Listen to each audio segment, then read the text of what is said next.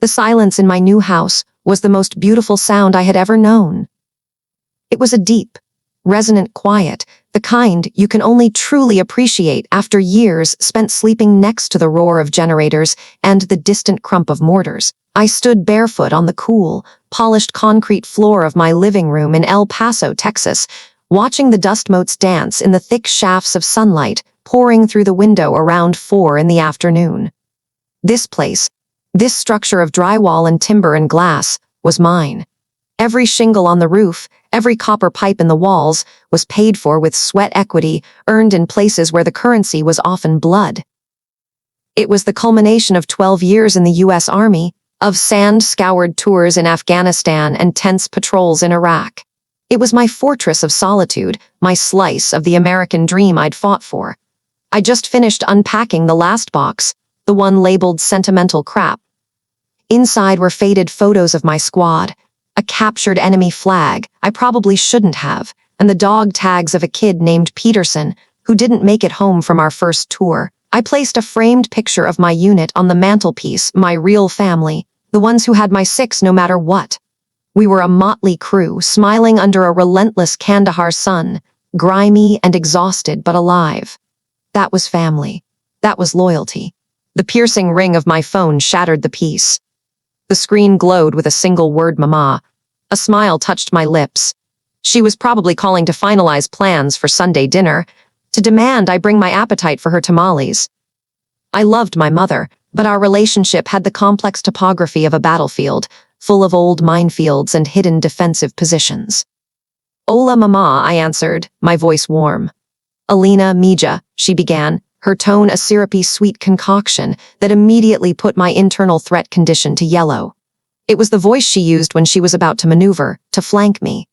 How is the big, beautiful house? All alone in that giant place, are you? It's good, Mama. Peaceful, I said, walking to the window that overlooked my small, still barren backyard. I had plans for a grill, a patio set, a place for my platoon guys to come over and drink beer and feel normal for a few hours. I was just thinking about you. That's my good girl, she purred. Listen, I was just talking to your brother. My hand tightened on the phone. Marco, the golden boy.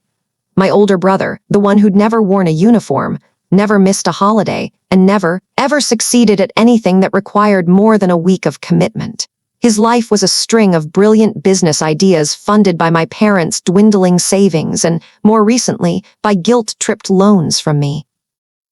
What's the emergency this time? I asked, my voice losing its warmth.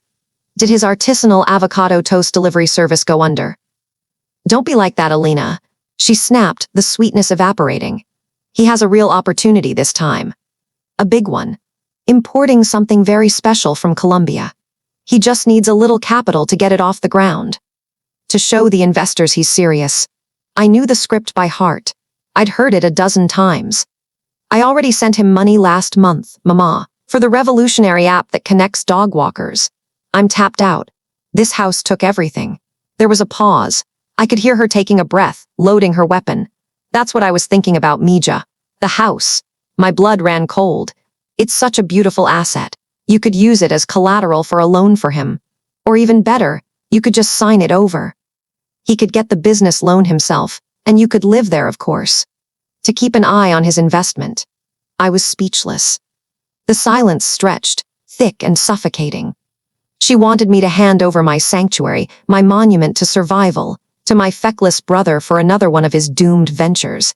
She wasn't asking. She was stating the terms of my familial obligation. It's your duty, Elena, she said softly, twisting the knife. He's your brother. We are family. Family helps family. All you do is for us. Before I could find the words to respond, to unleash the torrent of rage and disbelief building in my chest, my phone buzzed with an incoming text. I pulled it away from my ear. It was from Marco. Heard you're talking to Mom. Just remember who your blood is, sis. This is for the family's future. Don't be selfish. It was a coordinated attack. A pincer movement, perfectly executed. Mama with the emotional artillery barrage, Marco with the flanking psychological warfare. They saw my home not as something I had earned, but as a resource they were entitled to. My sacrifice wasn't a source of pride for them, It was a line of credit. In that instant, sitting in the quiet of my living room, surrounded by the ghosts of what it cost to be there, I understood. This wasn't a request. This was a declaration of war. The sun in South Texas doesn't just shine. It presses down with a physical weight, a heavy, golden blanket that bakes the truth out of everything. Around 3 in the afternoon, it was beating against my living room window, but inside, the air conditioning hummed a steady, cool tune. This house, my house, was my sanctuary. Every square foot of it was paid for with sweat, discipline, and long nights in places I'd rather forget. The walls, painted a soft sage green by my own hand, didn't have the sterile, institutional feel of the barracks. They smelled of fresh paint and possibility. Outside, the small garden I'd tilled and planted was finally showing signs of life, stubborn little rosebushes pushing green shoots through the dark soil. This wasn't just a property. It was my flag planted firmly in the ground of a life I was building for myself. I had a tall glass of sweet iced tea sweating on the coaster next to me, the ice clinking softly as I rocked in my chair. Selena was singing from the small Bluetooth speaker on the counter, her voice a vibrant thread weaving through the quiet afternoon.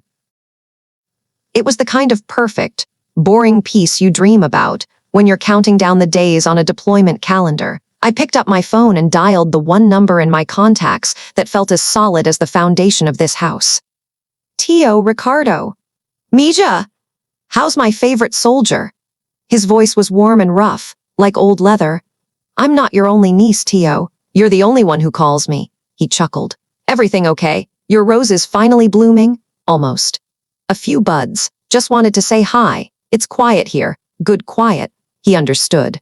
A retired Border Patrol agent. He knew the value of a quiet afternoon. He knew the difference between the silence of peace and the silence of ambush.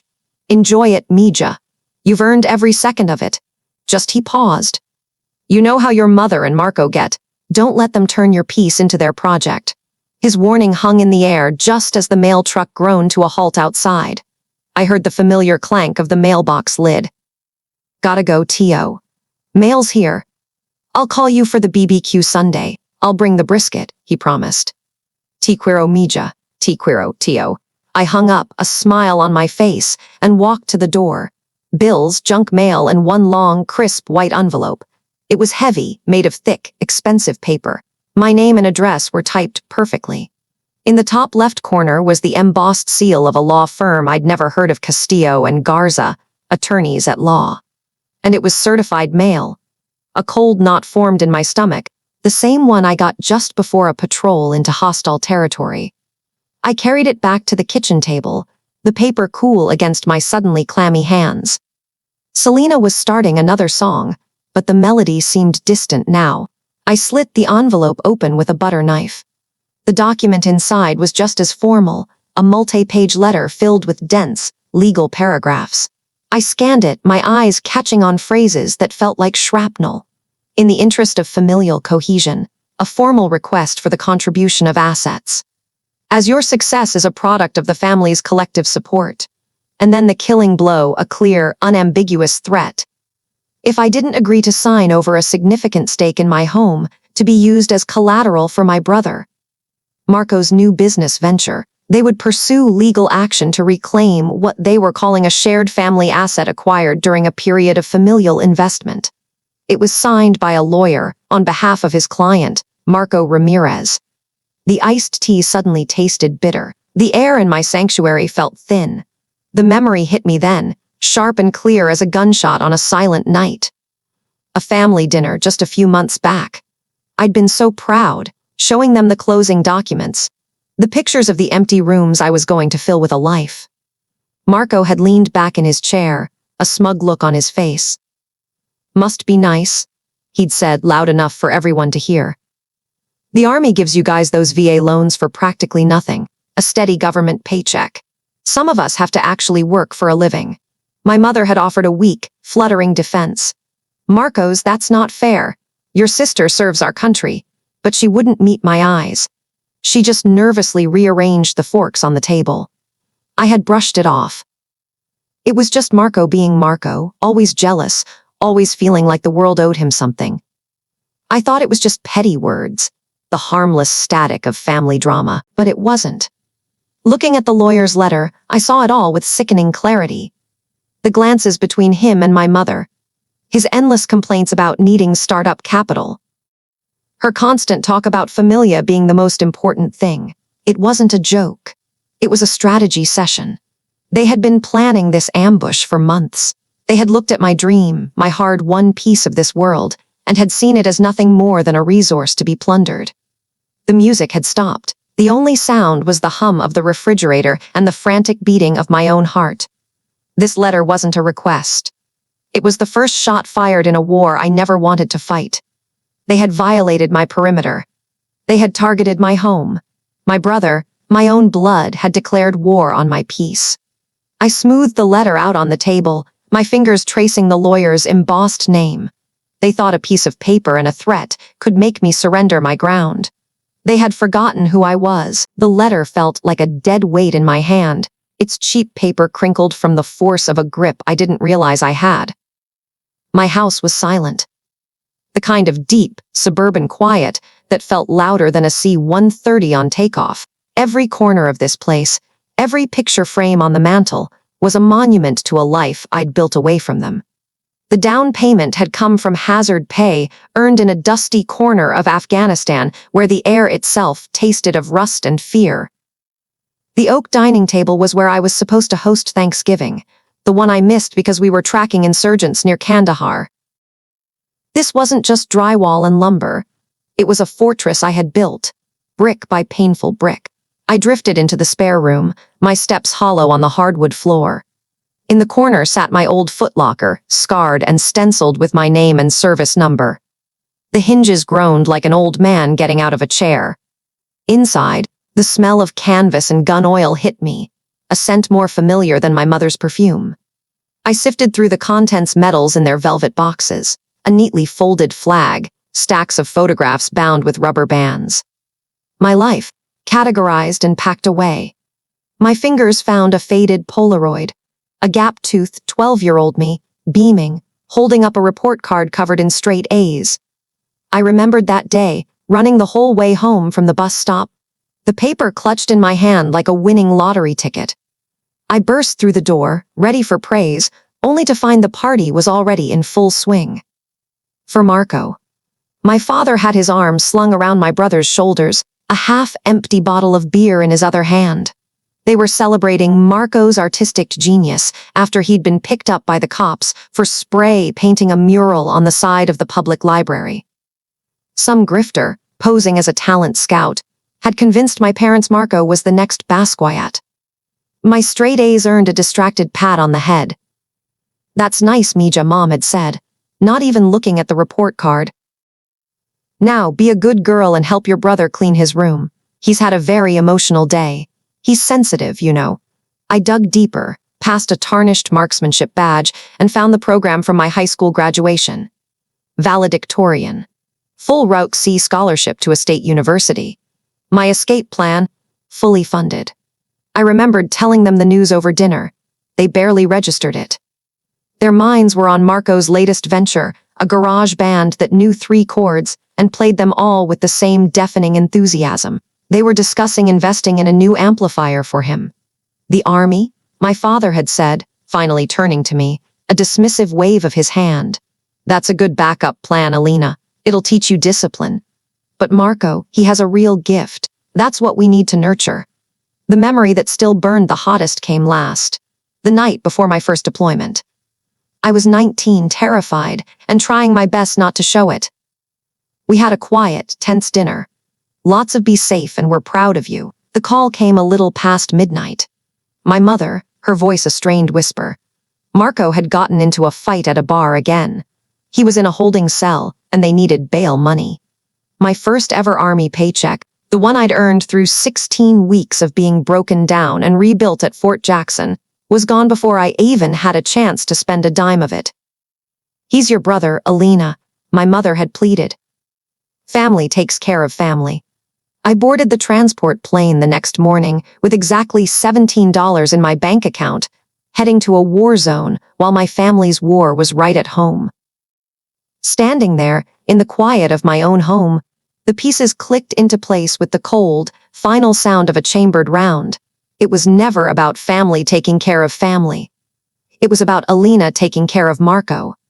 I was the reliable one, the responsible one. My achievements were the bedrock of stability they took for granted, the foundation they stood on while they reached for Marco's flimsy, ever-shifting dreams. I was the backup plan, the safety net, the emergency fund. And this house, my asterisk house, was just the latest withdrawal they intended to make. My eyes scanned the letter again, the neat, looping script of my mother's handwriting disguised as my father's straightforward tone. It was a masterpiece of emotional manipulation, full of phrases like "for the good of the family" and "your brother's big break." But then I saw it. At the very bottom of the page, crammed into the margin, was a scribbled sentence in a different, frantic scrawl. It was Marco's handwriting. 5 words that turned the blood in my veins to ice. "Ellie, just give them the house. You don't know these people. Sleep refused to be my ally." It was a familiar feeling, the kind of coiled spring energy that hums under your skin after a mission, when the adrenaline hasn't yet received the memo that the threat is over. In Afghanistan, we'd clean our weapons, inventory gear, do anything to keep our hands busy until the shakes subsided. So, in the dead of night, with the silent El Paso suburbs sleeping around me, I waged war on my own house. I scrubbed floors until the smell of pine cleaner burned my nostrils, purging the ghost of his cologne from the air. I packed his remaining junk into black trash bags, each knot. I tied feeling like a final, satisfying snap. This wasn't just cleaning, it was a purification ritual, a tactical clearing of my own home. My living room, stripped of our shared life, became my command center. My war room, I tacked a large map of the El Paso Juarez metroplex to the wall where our wedding portrait used to hang. Red pins marked the battlefield. One for this house, my primary base of operations. One for the auto shop Marco supposedly company owned downtown, the enemy's stronghold. And a third high up in the Franklin Mountains, for Tio Ricardo's ranch, a potential flanking route, an unknown variable. My weapons weren't my Sig Sauer or the M4 I knew like an extension of my own arm. They were laid out on the coffee table in neat, orderly stacks, bank statements, showing withdrawals I never made, my pay stubs next to his non-existent ones, my deployment orders that coincided perfectly with the largest transfers of cash. The VA home loan documents, a testament to my service, now felt like the chains he'd used to bind me, and the phone a digital minefield of his texts and emails, once filled with promises, now a logbook of lies. The next morning, I launched my first offensive. I started calling civilian law firms. The response was a volley of financial figures that hit me harder than any IED blast. For a complex family dispute like this, we'd require a $10,000 retainer, Ms. Ramirez. Our hourly rate for forensic accounting is the numbers were staggering, a language of a war I wasn't equipped to fight. For the first time since my first firefight in Kandahar, I felt utterly, hopelessly outgunned. The old mantra echoed in my head, a lifeline from basic training: *, and overcome *. So I adapted. I put on a fresh uniform, the familiar weight a small comfort, and drove to Fort Bliss. The world outside the gates was chaos, but here, inside, was order. The sharp salutes, the rhythmic chanting of a platoon on a morning run, the rumble of armored vehicles, it was my world. I walked into the JAG office, the legal heart of the base. Captain Anya Sharma was sharp, professional, with eyes that saw more than you wanted them to. She listened patiently as I laid out my case, my voice steady, just like I was giving a mission briefing.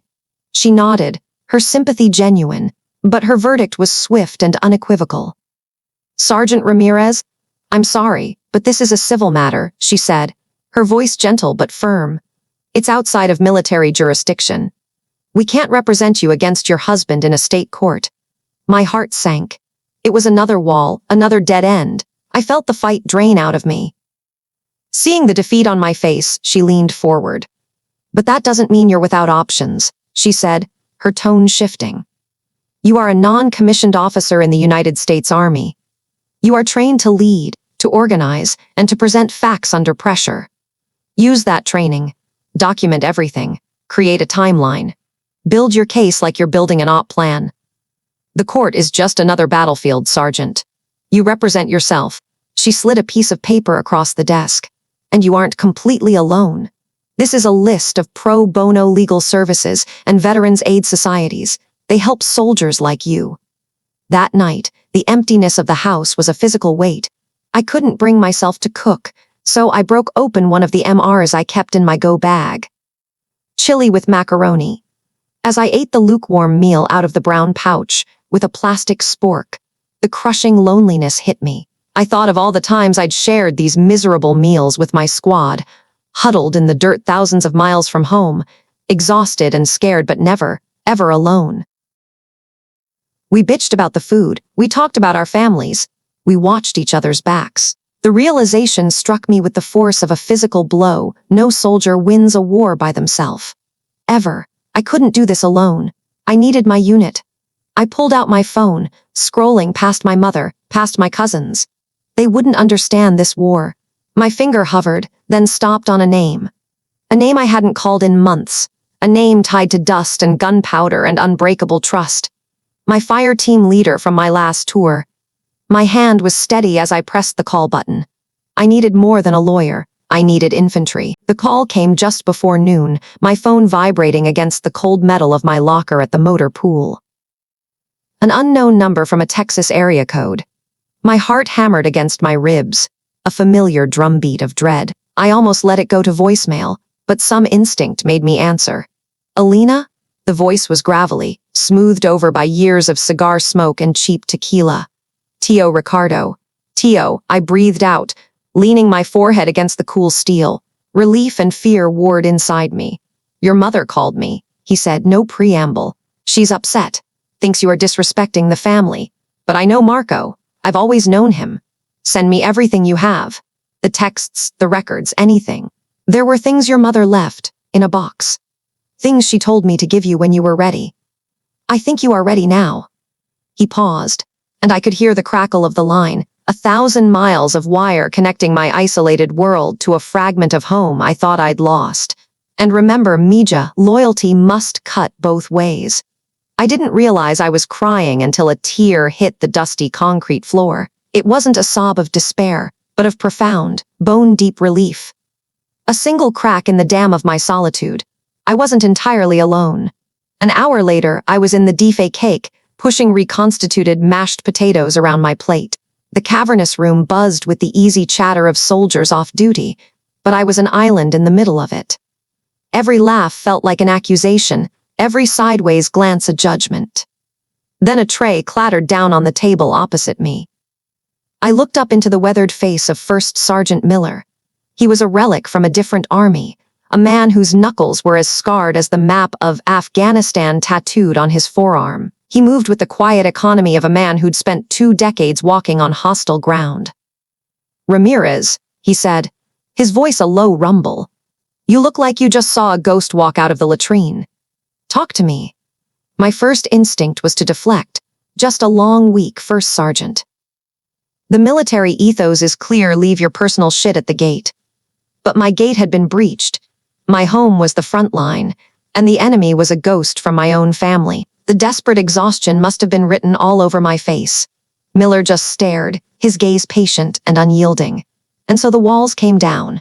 The words tumbled out, a messy, frantic field report of my own personal war.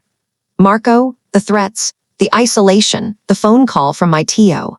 I laid out the entire tactical situation, my voice cracking, my hands shaking. Miller just listened, chewing his Salisbury steak with a methodical rhythm, his eyes never leaving mine. When I was done, a hollowed-out silence hung between us. He wiped his mouth with a napkin, pushed his tray back, and stood up. All right, Sergeant, he said, his tone flat. Finish your lunch, then get back to work. I watched him walk away, a wave of cold disappointment washing over me. That was it. After I'd just ripped myself open, I felt like a fool. He didn't care. I was just another soldier with another sob story. I stabbed at my food, the taste turning to ash in my mouth. That Saturday afternoon, the silence of my suburban street was broken by a low rumble. It grew louder, the distinct sound of heavy-duty truck engines. I looked out the window, my stomach clenching. Was this it? Was Marco making a move? But instead of a single, threatening vehicle, I saw a convoy. A Ford F-250, a Chevy Silverado, a jacked-up Ram, and a half-dozen other pickups and SUVs pulled up along the curb, filling the street. It wasn't a threat. It was the cavalry. First Sergeant Miller swung out of the lead truck. Behind him, my entire platoon started piling out, along with guys from Charlie Company and even a few Marines I'd served with in Helmand. They were armed not with rifles, but with toolboxes, ladders, and coolers. Miller walked up my lawn, his boots leaving imprints in the grass, and gave me a cracked, weathered grin.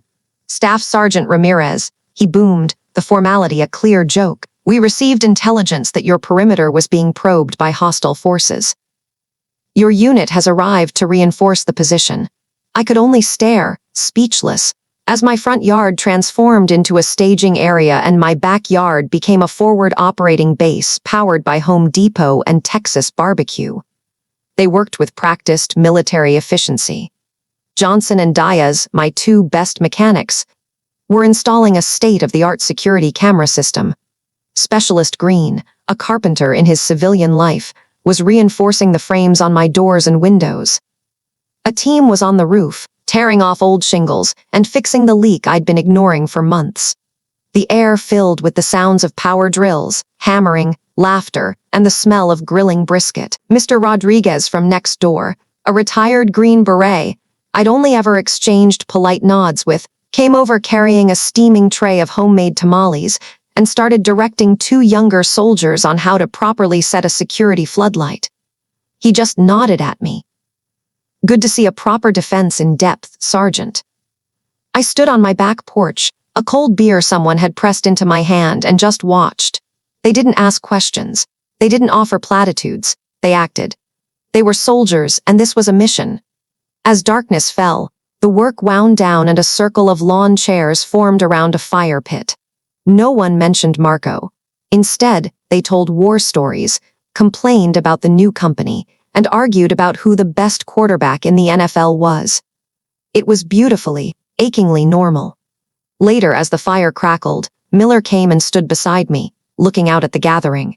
He clapped a heavy hand on my shoulder, the impact grounding. "We're your wall, Ramirez," he said quietly, his voice losing its parade ground edge. "We got your six. Always, no one messes with our own." That night, for the first time in weeks, I locked my reinforced doors, set my new alarm system, and slept without a weapon by my bed. I didn't dream of shadows or whispered threats. I dreamed of nothing. It was the most profound peace I had ever known. I wasn't just a soldier anymore. I was part of a fortress built of loyalty and brotherhood. And now, finally, I was ready to fight back. The peace, if you could even call it that, lasted exactly 72 hours. It wasn't a peaceful quiet. It was the eerie silence of an enemy reloading. I'd sent my final, definitive no, and their response wasn't surrender. It was escalation. The first shot was fired not from a rifle, but from a keyboard. Marco launched his campaign just after sunset on the third day. It started with a Facebook notification, a tag from a cousin I hadn't spoken to in a decade. I clicked, and my stomach turned to ice. It was a picture of my parents, taken recently. They were posed on their worn-out porch sofa, Marco's arms slung around them, all three forcing smiles that didn't reach their eyes. They looked tired, aged. The caption he wrote was a masterpiece of passive-aggressive poison, so proud of my parents, who worked their fingers to the bone for us. Some people forget where they come from when they start wearing a uniform. It was a dog whistle, and the pack heard it loud and clear. Within hours, the post was shared by dozens of relatives and hometown acquaintances. The comments were a torrent of digital venom. "So sad. I guess the army makes you forget your family. Elena was always so ambitious." My phone started buzzing, a relentless vibration against my kitchen counter. Text messages from numbers I didn't recognize, all echoing the same sentiment. I was a heartless, ungrateful daughter who had abandoned her struggling family for glory. The war had moved online, a public shaming designed to isolate and break me. But the psychological warfare soon bled into the physical world. A few nights later, around 10 o'clock, I was watching an old movie when headlights sliced through my living room window. A dark sedan I didn't recognize was crawling down my quiet suburban street at a speed that was intentionally, unnervingly slow. It passed, and I told myself it was nothing. But the next night, it happened again. This time, it paused for a long 10 seconds directly in front of my house before speeding off. My blood ran cold. This was Marco's territory. These were his friends. I spent the next morning installing the high-res security cameras I'd bought as a precaution. That night, I watched the live feed on my laptop. The sedan returned a little past midnight. It parked across the street, just out of the direct streetlight, a dark shape in the suburban gloom. It just sat there, watching. The camera recorded it all, the grainy, black and white proof that I wasn't imagining things. The feeling of being besieged in my own home. The one place that was supposed to be my sanctuary was a constant, high-pitched alarm in my head. They weren't just trying to get in my wallet anymore. They were trying to get in my head to make me feel unsafe in my own skin. But the most devastating attack came from the one place I never expected. It arrived silently in my inbox on a Tuesday morning. An email from the Colonel's executive officer. The subject line hit me like a physical blow: mandatory meeting, behavioral health. My heart hammered against my ribs. In the military, those 3 words are a potential career killer. It's an accusation before any questions are even asked. I walked to the command building, my boots feeling like lead weights. The uniform that was my pride suddenly felt like a target. Colonel Thompson's office was an island of order, flags perfectly arranged, awards gleaming on the wall, the scent of strong coffee in the air. He was a veteran's veteran, a man I respected deeply, known for being tough but scrupulously fair. But when I entered, his face was a granite mask. He didn't ask me to sit. "Sergeant Ramirez," he began, his voice devoid of its usual warmth. "A few hours ago, we received an anonymous call from a concerned family member." My breath hitched. He knew. "This individual claims you're suffering from a severe mental breakdown, likely related to PTSD. They cited erratic behavior, specifically purchasing a home they claim you cannot possibly afford, as evidence of a disintegrating mental state." He paused, letting the words hang in the air like shrapnel. "They stated, and I quote, that you are a danger to yourself and others, and strongly implied that the command should intervene. They suggested you needed to be confined for your own protection and for the protection of your financial assets." There it was. The kill shot. This wasn't just a smear campaign anymore. This was a direct assault on my security clearance, my career, my entire identity as a soldier. My own mother had tried to have me declared mentally unfit, to use the very institution I served to strip me of my autonomy and everything I had worked for. I felt a tremor of pure rage, but my training took over. I locked it down. Emotion was a liability. I needed to present a clear, factual report. I stood taller, my gaze locked on his. "Colonel, with your permission, I'd like to provide a battle space update," I said, my voice steady, betraying none of the chaos inside me. He raised an eyebrow but nodded.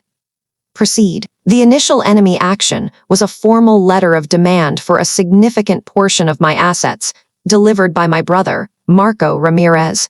When I denied the demand, the enemy shifted to a psychological operations campaign on social media, designed to isolate me from my support network. This was followed by low-level physical intimidation at my private residence, which I have documented via security footage. "This phone call, sir, is their main assault." I laid out the facts, concise, chronological, devoid of tears or anger. I presented my case like I was briefing a mission plan. Colonel Thompson listened, his eyes never leaving mine. The silence stretched. Then, he slowly shook his head, a look of profound disgust replacing the cold mask. He walked around his desk and finally gestured for me to take a seat. "Despicable," he murmured, the word a low growl.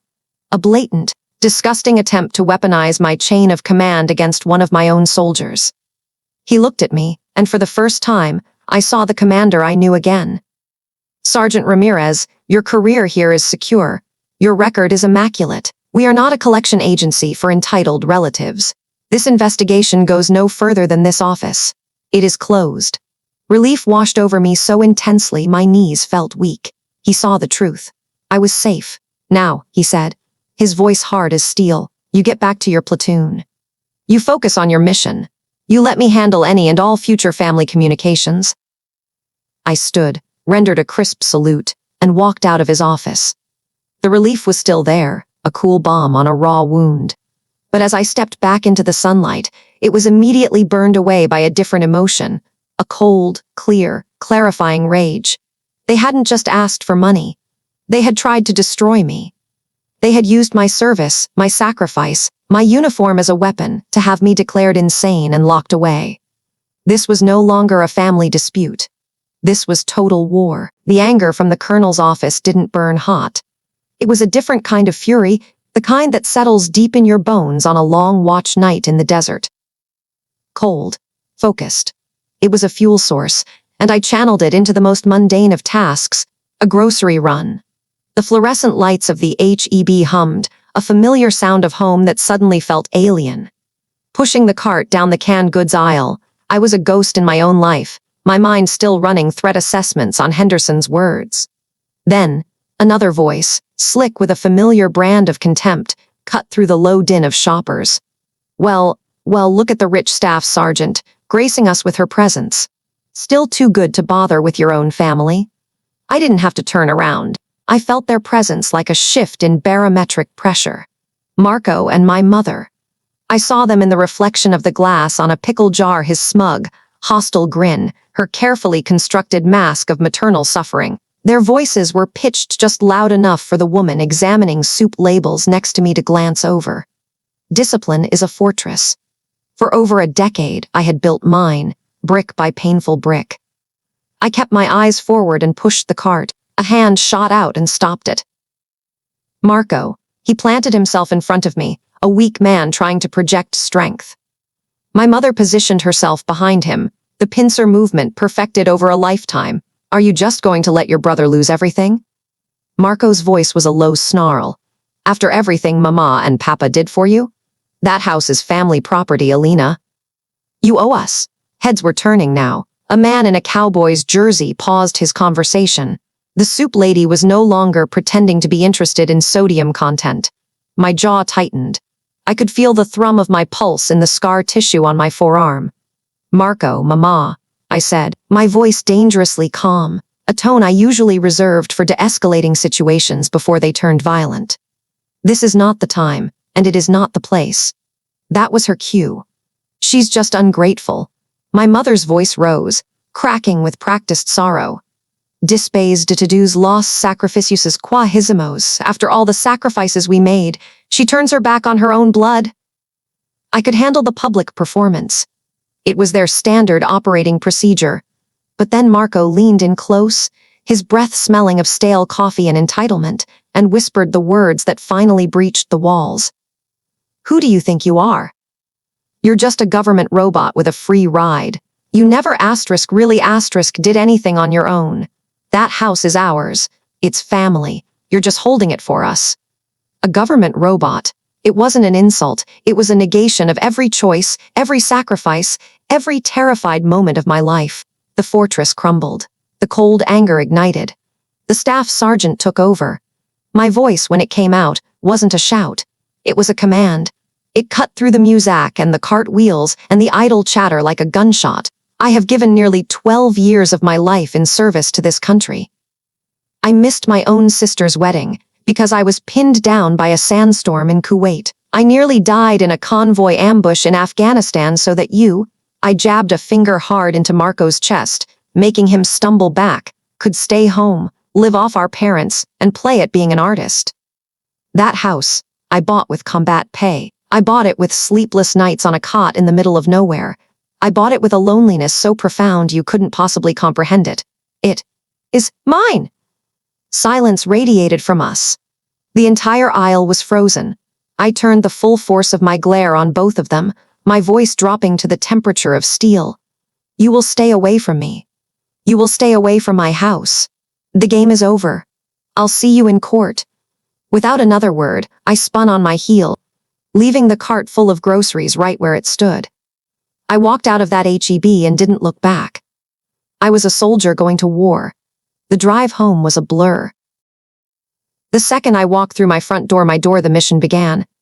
The dining room became my command center. I pulled out the large whiteboard I used for mission planning and, in black marker, began to diagram the family network. I analyzed their strengths, emotional manipulation, a lifetime of practice at guilt tripping. I listed their weaknesses, no legal standing, Marco's documented history of failure, their own arrogance. My first call was to my sister, Sophia, the one who'd escaped. Now a successful RN in San Antonio, she had always kept a careful, healthy distance. Soph, it's Elena. I need you. I laid out the situation, no emotion, just facts. I need a sworn statement about Marco's finances, about every time Mama and Papa bailed him out. I need an asset, and you're it. She was quiet for a long moment. They're going to hate me, Lena. They already tried to burn me, I said. It's time for a controlled burn back. Are you in or out? I'm in, she said, her voice firm. One asset secured. Just before sunset, a large box arrived by courier. The return address was Tio Ricardo's law office. Inside, nestled in packing peanuts, were dozens of meticulously organized file folders. On top was a handwritten note on his firm's letterhead: La verdad no necesita adornos, mija. Truth needs no embellishment. I spread the contents across my dining room table, my tactical map. It was all there, a detailed history of Marco's debts. Copies of my parents' bank statements showing recurring business investment transfers to Marco's account, tens of thousands of dollars over the years for one failed scheme after another. And then I found it. The bombshell, the intel that changed the entire war. It was a notarized loan agreement. Marco had secretly used our parents' retirement savings as collateral for his latest disastrous venture. The loan was about to default. They weren't just enabling him. They were complicit. They weren't trying to take my house for him. They were trying to take it for themselves, to plug the gaping financial hole he had created before they lost everything. I wasn't just the ungrateful daughter. I was their only available lifeboat, and they were willing to sink me to stay afloat. My dining room was no longer just a command center. It was an armory, and Tio Ricardo had just handed me the heavy artillery. The morning of the hearing, I woke before the sun touched the Franklin Mountains. There was no fear, none of the pre-mission jitters I used to get in Afghanistan. Just a cold, sharp focus, the kind you get when you're field stripping your rifle in the dark. This was just another objective. I put on my Army service uniform, the Class A's. The dark blue jacket felt heavy on my shoulders, the polished brass buttons gleaming. It wasn't a uniform today, it was my armor. I walked into the El Paso County Courthouse with a binder 3 inches thick tucked under my arm. Tio Ricardo was already there, a solid anchor in a back row seat. He gave me a single, firm nod. Sophia sat beside him, her presence a quiet, unwavering signal of support. My family of origin was a different story. They'd staged their own little theater piece in the front row. Marco slumped and pathetic, playing the victim. My mother, dabbing at dry eyes with a tissue. My father, his face a mask of noble betrayal. Their lawyer painted a picture of me as a cold-hearted soldier, a machine forged by the Army who had forgotten her humble Latina roots, who had turned her back on la familia . When it was my turn, I stood tall. I didn't let my voice shake. Your Honor, the plaintiff claims this property is a family asset. I am here to present evidence to the contrary. I placed the binder on the table with a solid thud that echoed in the quiet room. These documents represent 12 years of my life. Every pay stub, every deployment record, every cent of combat pay, and the VA loan documents that are solely in my name. They prove, without a doubt, that the purchase of my home was funded entirely by my personal income, earned through honorable military service. Under cross-examination, their story crumbled. Marco couldn't articulate a single concrete detail of his supposed business plan, eventually admitting he had no personal capital. My mother, under oath, dissolved into real tears, denying she had any legal claim to the house. Sophia's testimony was devastatingly precise, detailing a long history of Marco's failed ventures and our parents' enabling. But the final nail was Tio Ricardo's evidence. He'd brought the contents of Abuela's old lockbox, a damning history of Marco's debts, notarized letters from people he'd swindled, and a copy of an agreement where Marco had illegally used our parents' retirement savings for a can't-miss crypto scheme. My closing statement was simple and direct. The claim against my home isn't about family loyalty, Your Honor. It's a desperate attempt to cover years of financial irresponsibility and a pattern of enabling behavior. They are not seeking justice, they are seeking a bailout. The judge, a formidable Latina woman with eyes that missed nothing, looked down from her bench. Her voice was steel. This court will not be used as a collection agency for irresponsible family members, nor will it tolerate the exploitation of a decorated service member's assets. This claim is not only baseless, it is a gross betrayal and an insult to Staff Sergeant Ramirez's service to this country.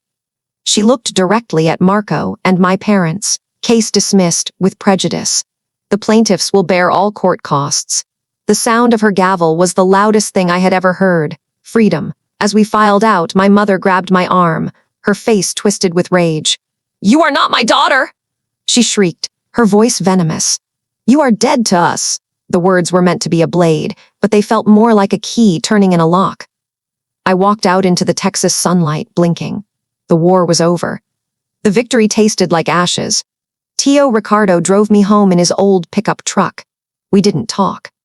We stopped at Popeye's, picked up a family meal, and sat on my back porch eating spicy fried chicken out of the box as the desert sky filled with stars.